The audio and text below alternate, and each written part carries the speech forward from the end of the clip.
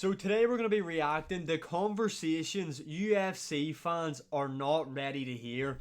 Let's see what this has got in store for us. Starting off, we have got a photo of Ilia Topuria.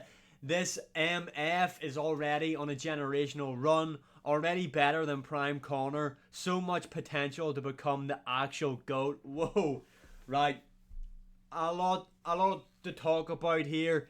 Is Ilia Topuria on a generational run? Yes, this guy has just beaten 2 out of the 3 greatest featherweights of all time back to back by KO.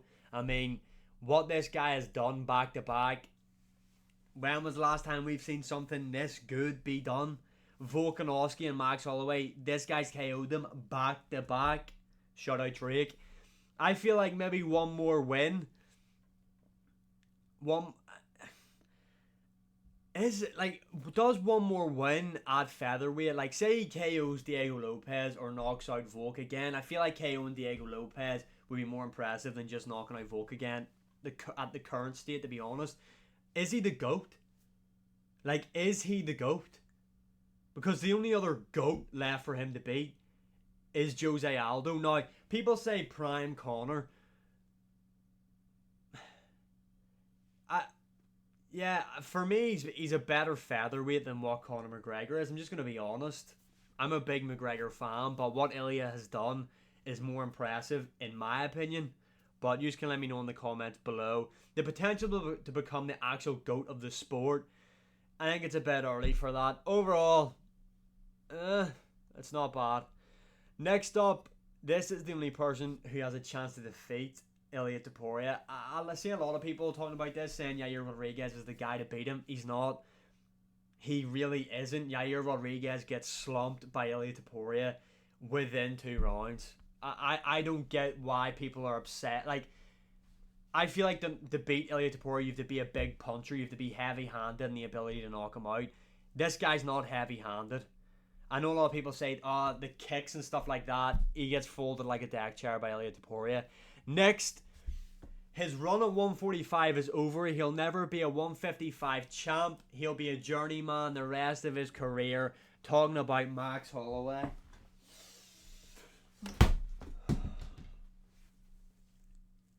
He's confirmed he's not going to fight at 145 again. I feel like Max Holloway is the guy to beat Ilia Topuria at 145. Sam Copen, I don't care. That's just my opinion. He'll never be champion at 155. Look, I don't think he beats Islam. To be honest, I really don't think he beats Islam. I don't think anybody at lightweight beats Islam currently. But I feel like Max Holloway could beat Arman. I feel like Max Holloway would beat Oliveira in a rematch. I feel like he's beat Justin Gaethje. I feel like he would beat Poirier in their trilogy. I feel like he would beat Michael Chandler.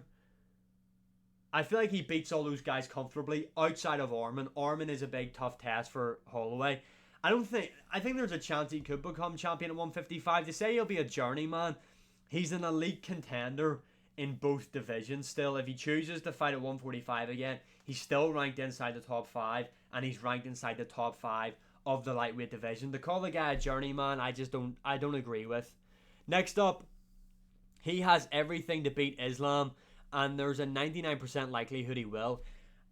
Arman Tsarukyan has not beaten Islam Makhachev. Arman Tsarukyan will give Islam probably a tough test. Yes, there's levels in this game, and yes, their first fight was close enough, but both guys have improved since their first fight, and Islam is levels above Arman. I don't see how you can watch an Arman Tsarukyan fight.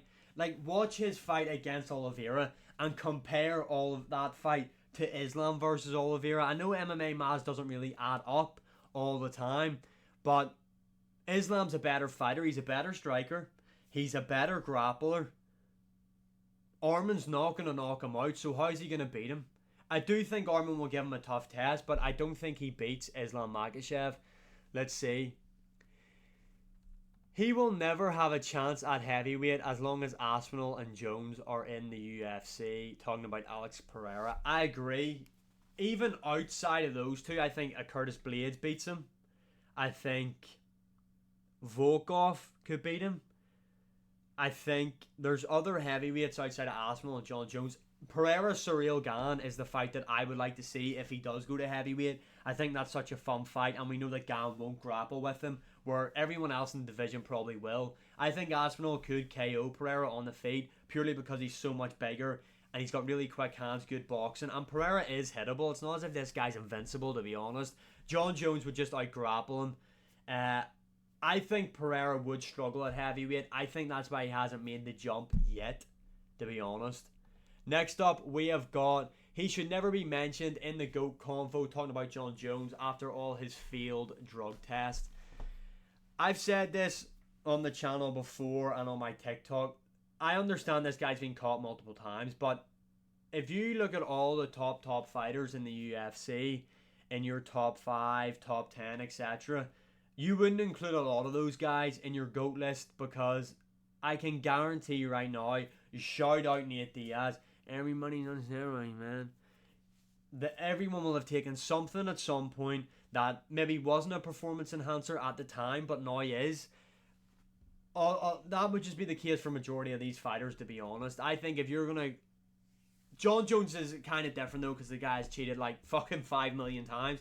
I understand that, but I think a lot of people think a lot more fighters are clean than what they actually are, in my opinion. But if you don't want to include them on your GOAT list, I don't really give a shit, to be honest.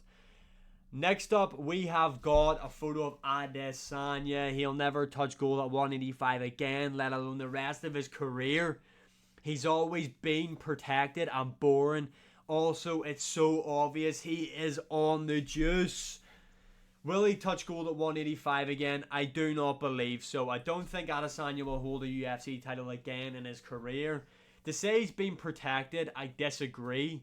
Because who has he been protected from? You know what I mean? He fought Pereira. He's fought all the He's fought Robert Whittaker twice. He's fought all the contenders in his division. He lapped his division. To say he's on juice, I mean, he did grow a tit in some of his fights, which is suspect. To say he's been protected, though, is just bullshit. Adesanya hasn't been protected. He's fought all the elite guys in his division when he was champion. He lapped the division.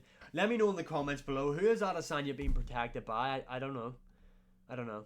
Next up, we have got, he'll have a better run than Izzy. Chimaev is the biggest threat, but he'll beat him. No one in the division stands a chance. Talking about Dricus du Plessis. Now, to say no one stands a chance, Sean Strickland arguably beat him.